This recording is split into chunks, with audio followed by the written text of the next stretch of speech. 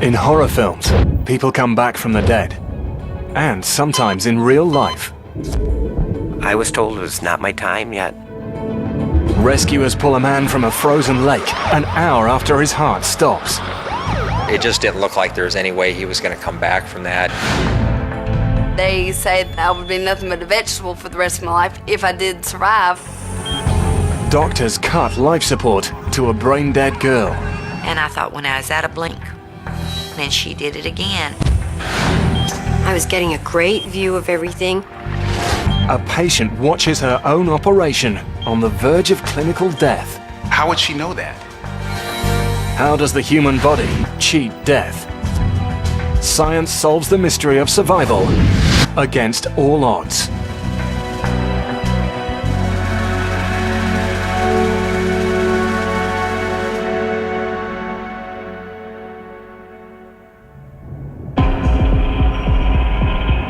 In a frozen lake hangs a freezing man. At age 31, Ward Krentz is clinically dead. Not very many people can die and come back. He had no heartbeat at all. He had what's called asystole, which is what most people call flatline.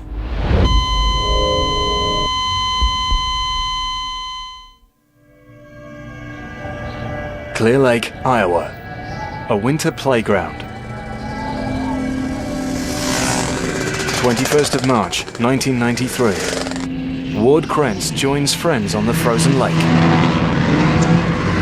We started early afternoon and snowmobile most of the day, in and out of places, riding around the lake, and that day was no exception from any other day. It was no exception either to find man-made holes in the ice called aerators. Measuring hundreds of meters across, they allow fish to breathe when the lake freezes over.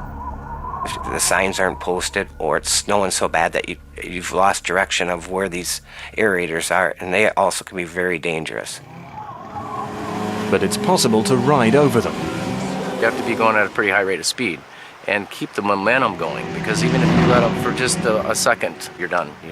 It'll go down. By 10 p.m., they call it a day. Visibility was getting kind of bad, and it was dark, and we decided we'd had enough and we better head for home. So we were going across, coming back on the last part of our leg there, and we hit open water. When I got to the other side of the open water, I looked back and there was no headlights, no Ward.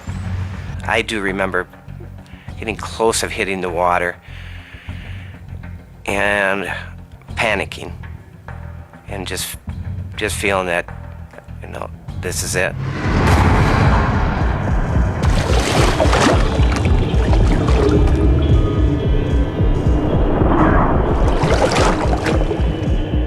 We listened so we'd see if we could hear anything out there, and I heard Ward crying out for help, and I could see him splashing around. But Ward is in open water, out of reach. You're just thinking that your life's over in a split second. I am a good swimmer, but I know that with heavy water, with heavy snowmobiles outfit and heavy boots, that would be just a matter of seconds to minutes before, and with the cold weather, it won't take long. For over 10 minutes, Ward fights the cold. It actually is just like a numbness. And your body freezes up. Ward loses his struggle. I thought about my family and friends. What would happen if I was to leave or not to make it? What would they go through? His heart stops beating. He drifts under the icy water. We couldn't hear him calling for help anymore, and that's when we made the decision we needed to get some professional help.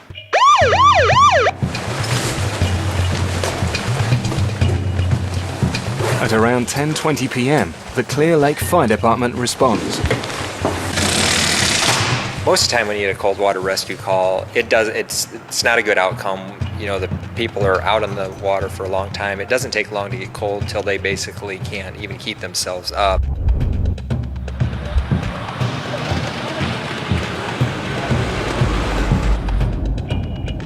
We weren't exactly sure where he was at, so we were doing a lot of searching under the edge of the ice. We also used, flashlights, trying to shine across the light to see anything that we possibly could. Hopefully you can hit something or catch onto a piece of clothing and pull the person up.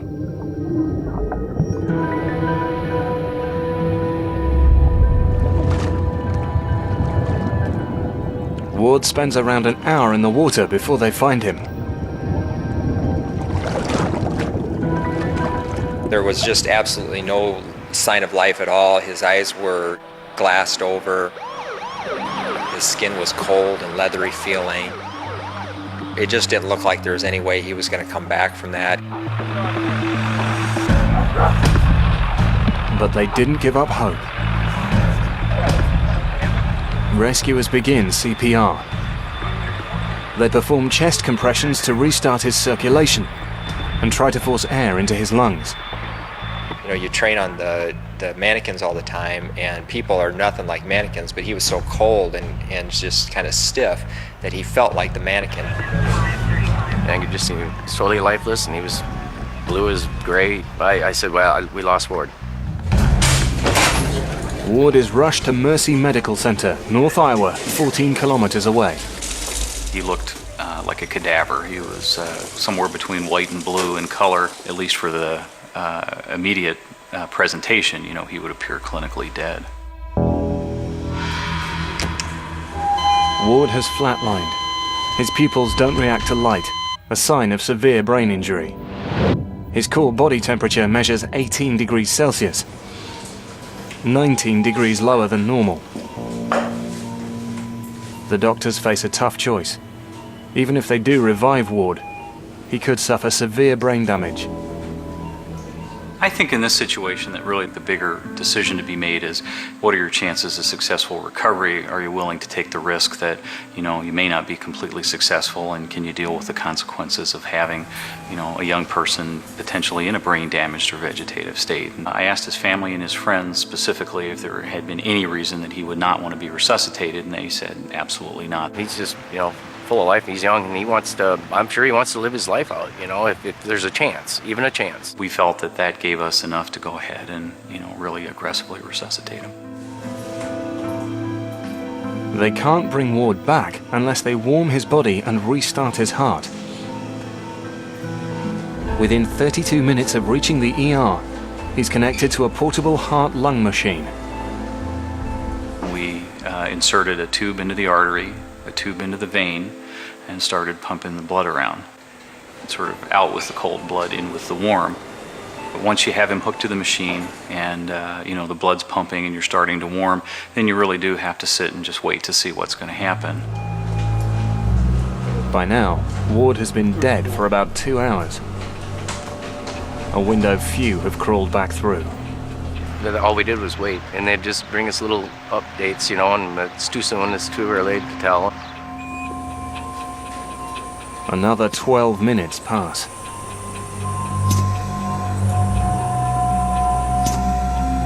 Finally, the vigil is over. His pupils started to react. He regained his heartbeat, and he took kind of a single gasping breath. I think we all gasped right after. After 3 months of rehab, Ward recovers. His long journey back from the grave began under the ice. The very forces that killed him prepared his resurrection. In the frozen waters of Clear Lake, Iowa, Ward Krentz died. Yet after nearly 2.5 hours, doctors brought him back to life. Science unlocks the key to his survival. When he falls into the icy water, the hypothalamus in his brain receives signals about the drop in temperature. Capillaries near the body's surface immediately constrict, sending blood away from the skin to reduce heat loss. blood courses away from his limbs to his vital organs, which need to be kept supplied with oxygen. Ward is cold and goes into shock. In minutes, his movements become slow and labored. Submerged in the icy water, Ward's body can no longer replenish the heat lost to its surroundings. Below 30 degrees Celsius means cardiac arrest. The rapidly dropping body temperature causes the heart to fibrillate or beat erratically at first, and then as it gets even colder yet, then the heart just ceases to beat at all and lies still in the chest. Yet heart failure actually protects him. It keeps him from breathing water into his lungs. It's called dry drowning. 10 to 15% of all drowning cases end this way. He developed what's called laryngospasm, or a snapping shut of the vocal cords, and so his airway was protected. It was closed at the time. Dry drowning is the first key to his survival. Ward still has no pulse or respiration. He's clinically dead, but not beyond hope if another vital organ can be saved. His brain is now at risk from cerebral ischemia, a catastrophic chain of chemical reactions that triggers brain cells to die. The result, irreversible brain damage. At room temperature, a heart attack victim has about 6 minutes to be revived before ischemia causes brain death. But the cold water slows down Ward's metabolism, allowing his brain to function for longer. The second key to his survival. He's in a state of suspended animation, but it's not indefinite. It could be his rescue that kills him. He faces a risk called ambient rewarming. Without the protection of the cold, his cells will start to die. They're in a warm ambulance, they're in a warm hospital. All the protection that you had is basically starting to melt away. Transferring Ward to the operating room would take too long. Fortunately, this hospital has a portable heart-lung machine, normally used in cardiac surgery. In minutes, he's hooked up. The third key to his survival. The heart-lung machine restores his circulation by pumping blood back around his body. Inside the machine, a heat exchanger slowly raises the temperature of the blood. Erratic rewarming kills cells. Gradual rewarming is the fourth key to Ward's survival. The heart-lung machine also resupplies Ward's blood with oxygen. His cells begin to use oxygen again. Metabolic activity rises. Once the cells are fully restored, they all resume their normal jobs. Life returns. But he's in ventricular fibrillation, a dangerous and erratic heart rhythm. At that point, we administered a counter shock. Clear. Shocked his heart back, and he immediately went into a regular rhythm, which I think made almost everybody in the room sit up and take notice, because at that point we thought, this really might work. Finally, Ward's core body temperature returns to normal. They remove him from the heart-lung machine. A day later, he regains full consciousness.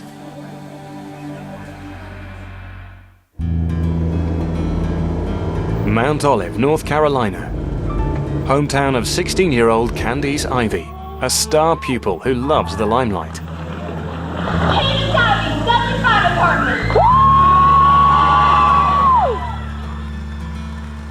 On December the 2nd, 1994, her life takes a dramatic turn.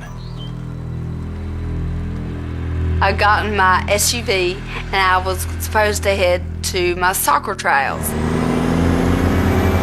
I only have one brief memory of a few minutes before I got in my Blazer to leave and get on the road. Candice pulls out from an intersection. She never sees the 40-ton log truck.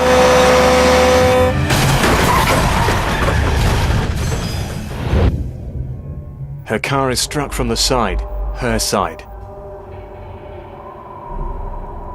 When her mother arrives, Candice is still trapped in the wreckage, in critical condition. They pulled her hair off of the truck wheel. Her head smashed through the glass on her side and actually hit the wheel of the truck. One of the first to arrive at the scene is fireman Ven Falk. We couldn't get the door open, so there was really no way to get her out safely. We didn't want to do any more damage than had already been done, so we were trying to get everything stabilized. It's only then he discovers the victim is Candice Ivy, crowned their Dudley Fire Princess just months earlier. After I realized it was Candace in the car, my heart dropped. Of course, at that point I was still in the car holding her, so we had to hold our composure and get her out of the car, but after that it was pretty emotional that it was Candace.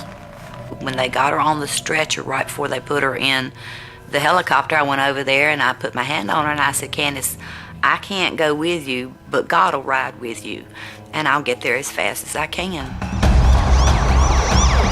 Candice is airlifted to Pitt County Memorial Hospital 80 kilometers away. Her collarbone and pelvis are broken. But the worst damage is to her head. All the signs point to swelling and bleeding in her brain.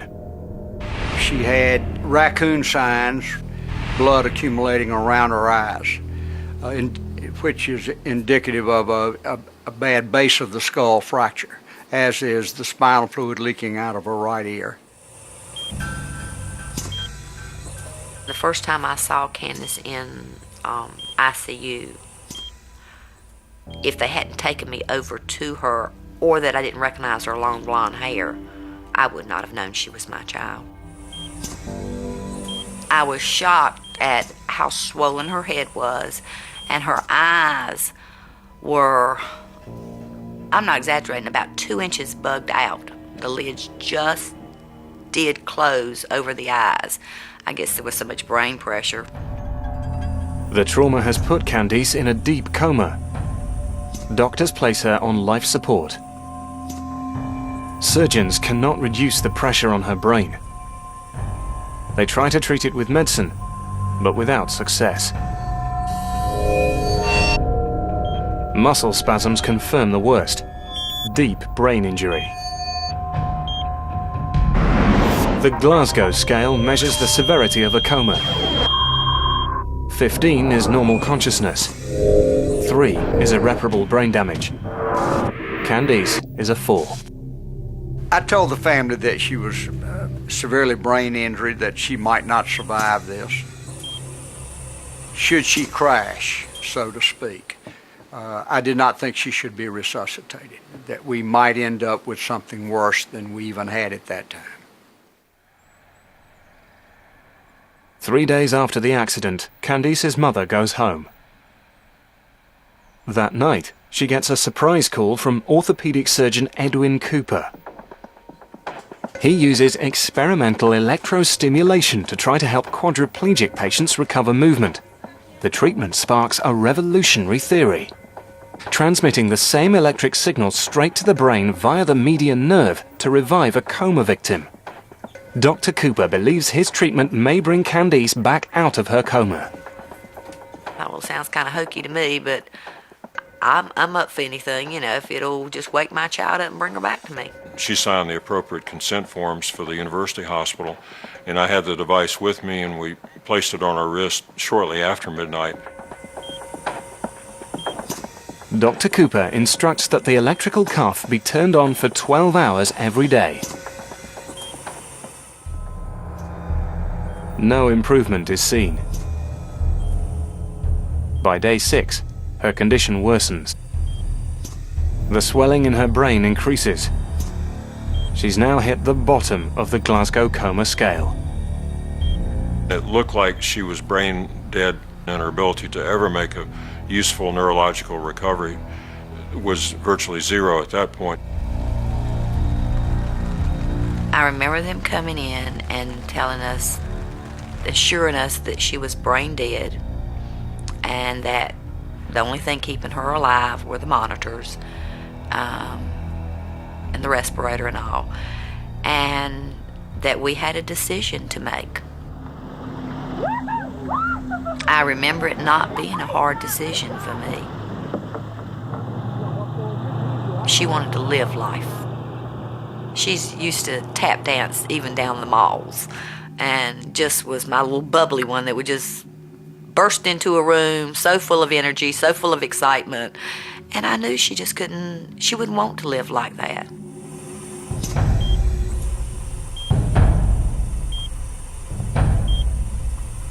When Candace was taking off the respirators, I asked them if I could crawl in bed and hold her.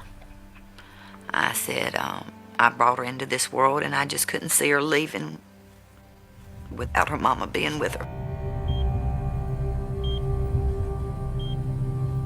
They just left us there for a few minutes, and I had been told that it could be very quick. It could be as much as 30 seconds to 30 minutes. It isn't quick. The next morning, with no life support, Candice is still breathing. When she didn't just pass away peacefully, then I really felt like that we needed to push harder to see if what kind of recovery we could get back. Dr. Cooper suggests giving electrical stimulation another try. No one else sees signs of hope, except her mother. I just kept on and I said, Candace, I have to have some sign. I have to know this is okay. And I said, if it's okay, blink. And she did. And I thought, well, now, is that a blink just because the eyes needed to blink, or is that a blink because she's hearing me? So I asked her again, and she did it again. And eventually she started slitting her eyes open, and then her eyes started tracking me in the room. If I walked from the left side to the right side of the room, her eyes would follow me. Voluntary movements? The doctors can't say. Then, a month after the accident, there's a breakthrough.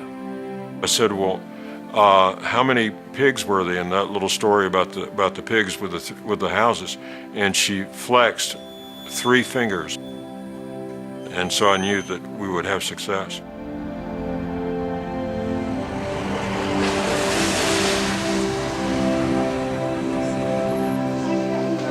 I'm ready. Are you ready? Okay. Now, it's Candice's turn to struggle. She has to learn to live again.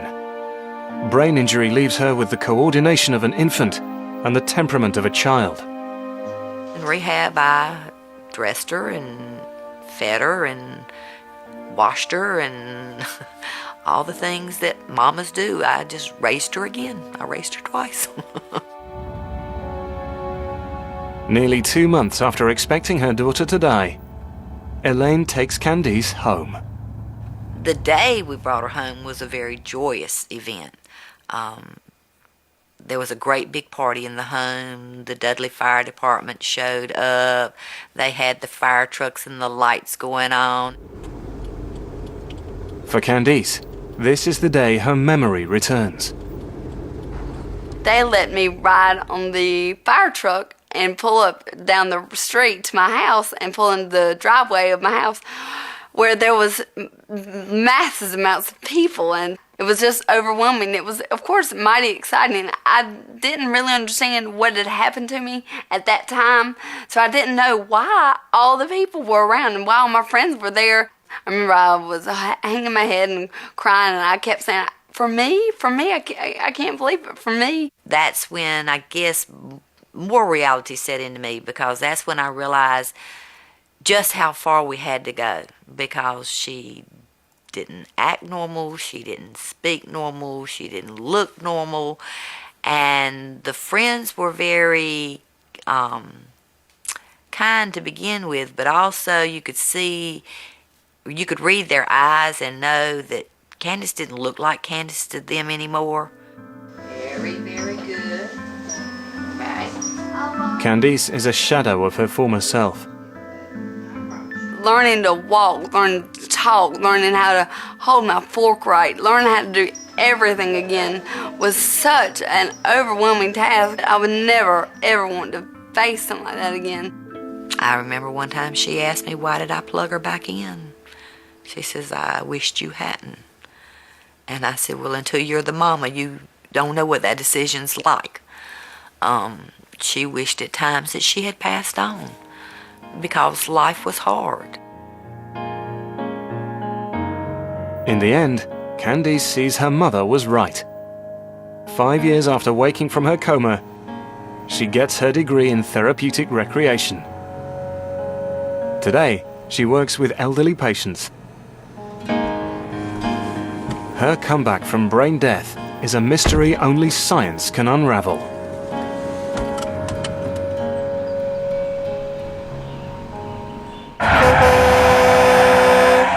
Candice Ivy survived a crash, a coma, and a near-fatal brain injury. The story of her death-defying comeback begins inside her head. Trauma from the crash causes edema or swelling of her brain. The swollen tissue presses up against her skull. Brain cells start to die. The force of the impact has also torn axons in her brain, the long nerve fibers that transmit electrical messages between nerve cells. Up to 90% of patients with such damage remain in a persistent vegetative state.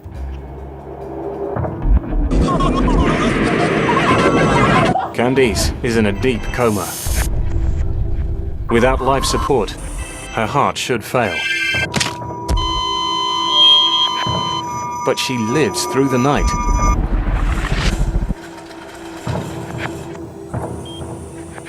Though her brain is damaged, her heart is young and strong, the first key to her survival.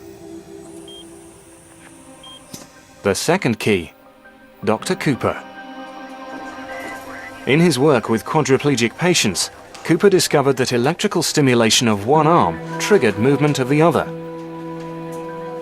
He deduced the electrical signal was traveling up through the brain. The cuff transmits an electrical signal 40 times a second along the right median nerve. Thousands of pulses an hour every day for 3 weeks. It's really 10 million pulses that they receive in that 3-week protocol, and so that is like just somebody telling you to wake up 10 million times, and it seems to work. Nerve cells called neurons carry the signal directly through the brainstem and up to the thalamus. The signal is believed to stimulate the part of the brain that controls breathing. It may also increase cerebral blood flow. From the thalamus, the signal passes to the cerebral cortex. This part of the brain controls cognitive function, the ability to think, sense, feel, and interpret one's environment. Signals from the electrical cuff may stimulate the growth of new axons, the long nerve fibers that transmit messages between neurons. These may build bridges between damaged areas of the cerebral cortex. The third key to Candice's survival. After 3 weeks of electrical stimulation, Candice begins to show signs of recovery. She talks more. Her movements improve. She follows simple commands. As she improves, Dr. Hardy can finally operate. He drains the buildup of fluid inside her skull. This relieves the pressure on her brain. The fourth key to her survival. I try to remain honest that some people do wake up from what appears to be a hopeless brain injury without the benefit of my intervention with the electrical stimulation. I still think that the person's odds are twice as good of waking up and maybe twice as short a time on the respirator if they have the electrical stimulation. Something else increased Candice's chances. My family, my mom has never given up on me, and she didn't give up on me in the hospital, and that's because of her love. That's why I think I'm here. It's one thing to come back from death's door, another to describe what it's like. Ask Pam Reynolds. I began to go further and further with the light into the light where the light was. As doctors kill Pam to save her life, she has an out-of-body experience right before the eyes of science.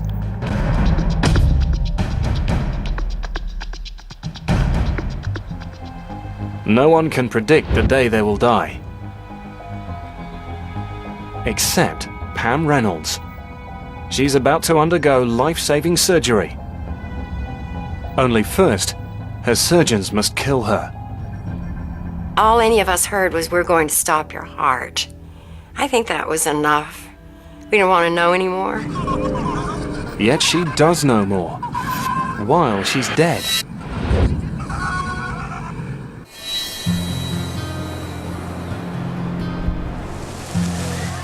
Atlanta, Georgia, August 1991. Life is peachy for Pam Reynolds, a singer-songwriter and co-owner of a recording studio. But in 1991, she was singing a different tune. I had had horrible headaches. They were real severe, excruciating. The longer they went on, the worse they became.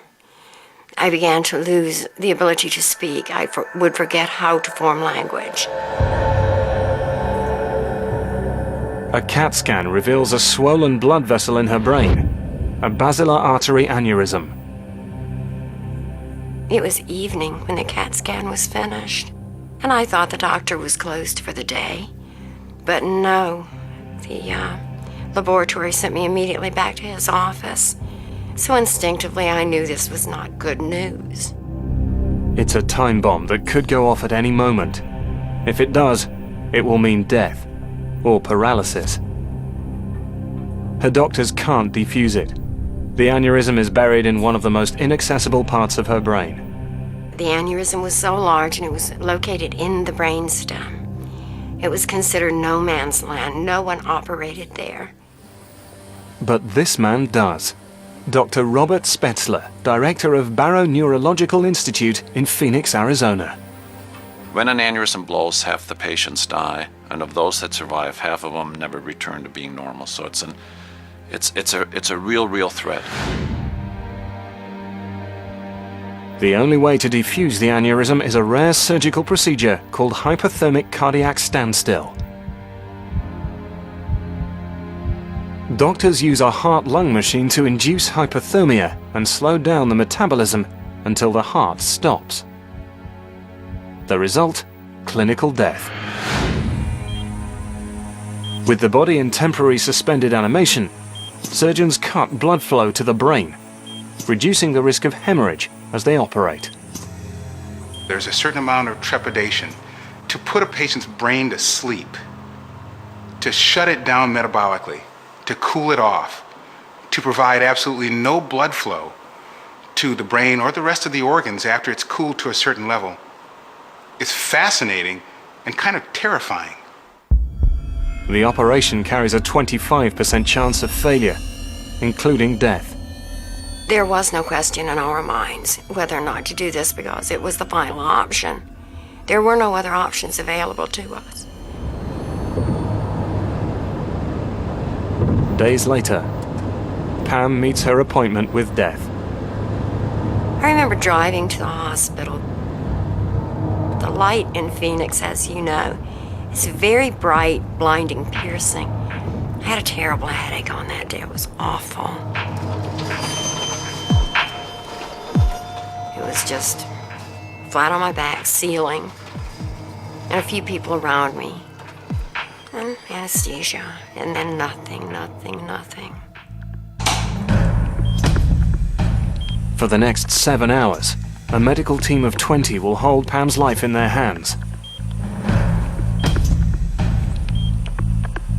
Speakers placed in both ears emit clicks picked up by the auditory nerve center in her brainstem. The clicks register on an electrogram. When the readout flatlines, it signals her brain has shut down. You're starting off by opening the head, taking a big powerful microscope and crawling down the crevices of the brain to get near the aneurysm. If the aneurysm bursts at that point in time, you have zero control, because you haven't started the cardiac standstill. As Spetzler nears the aneurysm, other surgeons connect Pam to a heart-lung machine. The machine begins to cool her blood and induce hypothermia. Her core body temperature drops below 24 degrees Celsius. Cardiac arrest. The last signs of life. Her heart quivers with random traces of electrical activity. Surgeons stop the heart completely with potassium chloride, the same drug used on death row. Pam is clinically dead. Her core body temperature measures 15 degrees Celsius. Her brainstem has stopped responding. Surgeons drain blood from her body. The damaged blood vessel empties, and so does the aneurysm, like a water balloon collapsing. Now the trickiest part. Dr. Spetzler clips off the damaged aneurysm, which allows blood to flow through the vessel normally. He has mere minutes. The longer Pam is dead, the less chance of bringing her back to life. No work could be more delicate. You are in a very, very, very tight space, and the blood vessels, because now they are depleted of blood, will look like little white, almost invisible strands. Any one of those little blood vessels, if it's inadvertently caught in the clip, can cause a profound stroke. With the vessel repaired, the heart-lung machine is used to re-warm Pam's body until her heart shows signs of life. Surgeons must correct an erratic rhythm.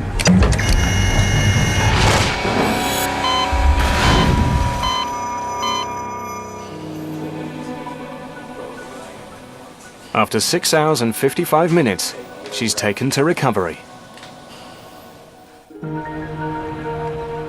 The next day, Pam comes to.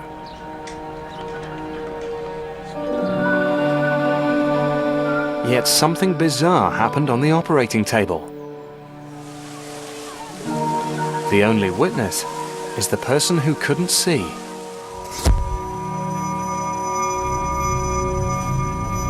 I began to hear a noise, and it was a guttural noise. A noise a professional singer can describe. And it pitched out as a natural D. And it was like a frequency, a road.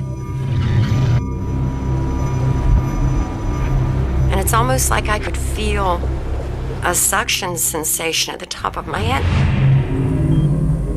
And then I was out, looking down at the body. I was getting a great view of everything. Vision was crystal clear.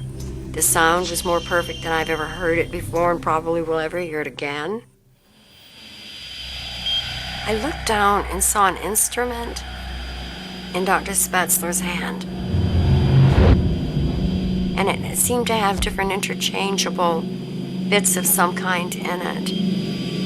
And also, someone was doing surgery in the groin area. Then she sees herself shocked back to life. And I felt a jolt to the body. And it was very much like dropping into a swimming pool that was full of ice water. It hurt. In recovery, Pam shared her visions. My caregivers around me, while my family laughed and we kidded, they weren't all laughing. It seemed to make them a little bit nervous. No wonder. Everything she described was accurate. When it comes to the whole issue of consciousness in the brain, all bets are off. Science can shed light on the mystery. But Pam saw something else that will leave science in the shadows. To remove a brain aneurysm, Pam Reynolds chose radical surgery. Doctors induced clinical death to save her life. Pam not only survived, she watched it happen. And this experience remains clear. It's day after day, year after year. It doesn't fade, it doesn't become foggy. The explanation may start where the operation begins, with anesthesia. Soon after she goes under, Pam's recollections start. She recalls a high-pitched sound, right down to the note. This high-speed pneumatic drill that we use, called the Midas Rex, has a very, very high pitch to it, and it's very, very distinct. How would she know that? She not only recalls distinct sound, but distinct speech, later corroborated by the surgical team. I heard a conversation, and a female voice was saying, "We have a problem. Her arteries are too small." Why would she have this kind of information if she was so deeply under a barbiturate infusion of medications that should be shutting down her brain? There were already lots and lots of barbiturates in place, where the brain was already in a very, very deep comatose condition. Barbiturates are a powerful sedative, part of the cocktail of drugs used in general anesthesia. But anesthesia is not an exact science. Every patient can react differently to the combination of drugs. Of every 1,000 people who are put under, 1 or 2 recall conversations during surgery. At this stage, the sound may have aroused Pam's sedated mind, but in this case, it's unlikely. Even more extraordinary, she hears the conversation despite constant noise. Pam not only hears, she sees, with her eyes taped shut. I was getting a great view of everything. Vision was crystal clear. She describes Dr. Spetzler drilling into her head. From the conversation around her, she may have mentally reconstructed the action. She really sort of had a bird's-eye view of what was going on. Now, whether that image came from somewhere else that she then internalized somehow, I don't think there's any way to tell. But it was sort of intriguing with how well she described what she shouldn't have been able to see. What she remembers seeing and hearing during her surgery seemed very real to her.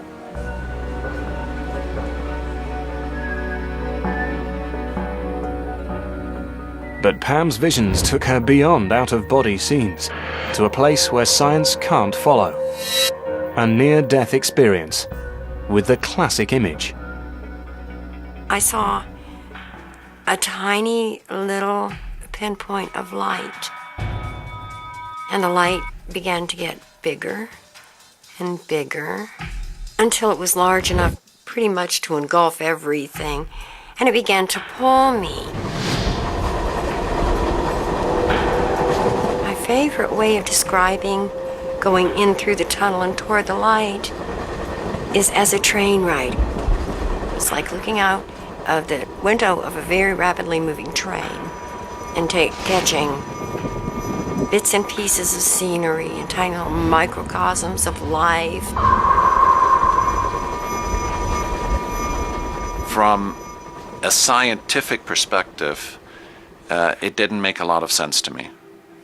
This is one time when the brain is in a state where we have shut off metabolism as much as can be shut off and still be able to bring that brain back to function normal. These visions may have formed any time between anesthesia and clinical death. Cells never stop working all at once.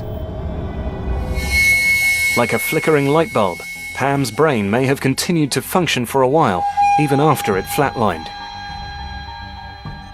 It's happened before. Studies show 1 in 5 victims of heart attacks reports near-death experiences.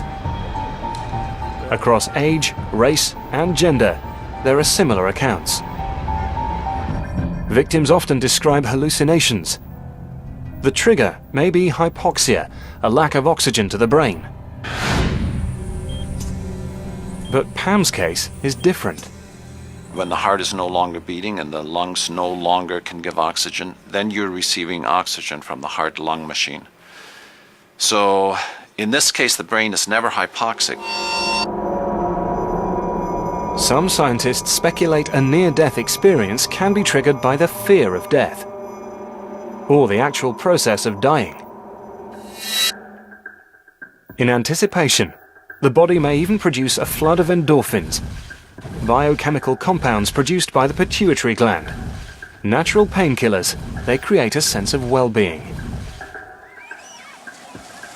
Pam's visions may have been a self-defense mechanism to ease the passage of death.